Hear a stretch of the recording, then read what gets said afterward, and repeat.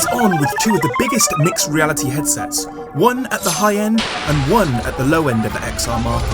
The Quest 3 boasts some incredibly impressive specs, but the Vision Pro takes this to a whole new level. But price aside, there are several reasons why the Apple Vision Pro could get blown out of the water by its cheaper, more seasoned counterpart. And thanks to an AMA from Boz and a deep dive into the Quest 3 software and hardware, we can find out why the Quest 3 will destroy the Vision Pro. A few weeks ago, I demonstrated the AR gaming capabilities of the Quest 3 by showcasing the potential of several augmented reality games, from haunted houses to dungeons within your own home. But this week, I want to turn the focus to what Apple seem to be pushing within their AR device, and that's entertainment. Now I want to introduce you to the 3 stages of immersion within augmented reality. Within the trailer of the Vision Pro, we got a glimpse of all 3 of these, whereas the Quest seems to be stuck on stage 1. There is obviously high immersion within virtual reality with apps such as Big Screen, but again, this only scratches the surface of what's possible. Stage 1 is what you can all experience now within the Quest 1, 2 or Pro, albeit the Pro does have better pass-through, and the Quest 3 will obviously improve on this again. Essentially, this is just a screen inside your environment. You can place it and move it wherever you want, and use it for a multitude of things. The Vision Pro trailer, however, skips this stage and goes straight to something more immersive, like Stage 2. Time will tell how good this will be, but they add dynamic lighting and shadows to the augmented screens, giving you a sense that this is a real screen,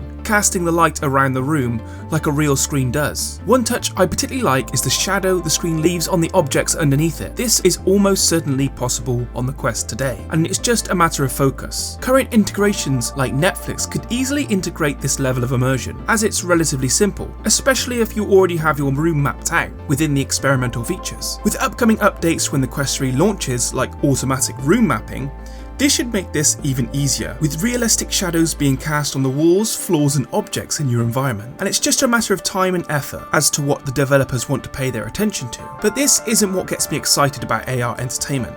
It's stage 3. The Vision Pro showcased their partnership with Disney, and this is demonstrating a true in-between from watching traditional screens to full immersive virtual reality content. The bleeding of entertainment, where the world around you comes to life as you watch the content. If Apple really is going to push this, then the Quest 3 needs to fight back with their own version of this kind of entertainment. You can imagine watching a horror movie, where your environment darkens around you. If rain falls in the film, it could also rain around you, only adding to that level of immersion. Obviously, the Vision Pro can provide a better screen at more than 4K per eye, which works out roughly 3400 by 3400 per eye, whereas the Quest 3 is 2064 by 2064. But for general purposes, at what resolution does it become negligible? And at what price does it become worth it? The reason I think the Quest will implement these sort of features into the Quest 3 is for one simple reason: competition. And Boz has a few insights on that.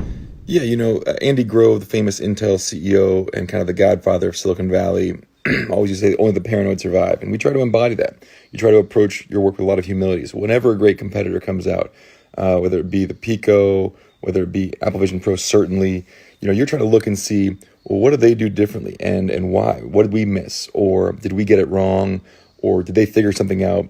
So you try to learn from it and be humble about it.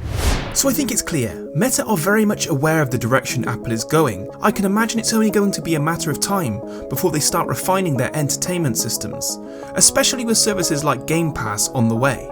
But there are 2 other subjects I want to touch on: the social aspect and what I'm most excited about: spatial computing. The most disappointing part of the Vision Pro was the social side for me. I see it as a gimmick. I can't really see someone wearing this and creating spatial memories or using their avatar system for FaceTime calls. Not that I don't think it's a clever integration, I just don't think it's going to be used very much. And as much as Meta gets hate for their avatar system, it is good enough for immersive social interactions. From Horizon Worlds, VR Chat, Rec Room, and now Roblox VR, the Quest is an incredibly immersive social device, and now with the Quest 3's more refined pass-through, we might see what they've been teasing for over the past few years, and that's avatars being represented in another person's real space.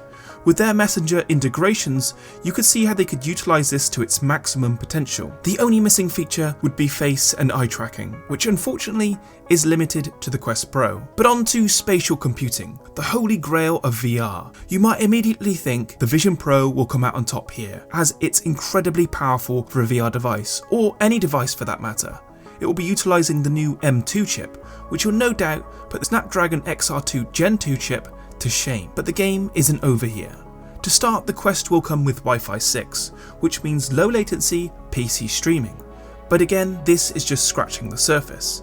Cloud interfaces have always been something I've been excited about, and the physical hardware, in my opinion, will become a thing of the past. But today in 2023, you can play PC VR games with just your Quest. No PC necessary. In fact, you can use your Quest as an entire PC, and that's with a service like Shadow PC. And they happen to have an integration within SideQuest, which gives you direct access to a top-of-the-range PC and of course Steam VR. The total cost of a Quest 3 and a Shadow PC would only add up to a Vision Pro after 7 years of a Shadow PC subscription, and that PC will be getting upgrades over time. But what I'm trying to say is everything the Vision Pro is showing, the Quest can do. I find the amazement in people's eyes slightly annoying, as this tech is quite literally right in front of our eyes, and maybe Meta didn't make this obvious. The Vision Pro will be a more refined experience in some areas, but the flexibility of the Quest means we can reach the same capabilities of a headset that's 7 times the price. But all of this competition is a good thing. I do genuinely hope that the Vision Pro is an incredible product, but if you're going to be buying the Quest 3, there is no reason for any FOMO over the Vision Pro, as it's clear the Quest will be capable of the same and much more, giving the software flexibility and the fact we actually have controllers. If you liked today's video, like and subscribe, and as always, I'll catch you on the next one.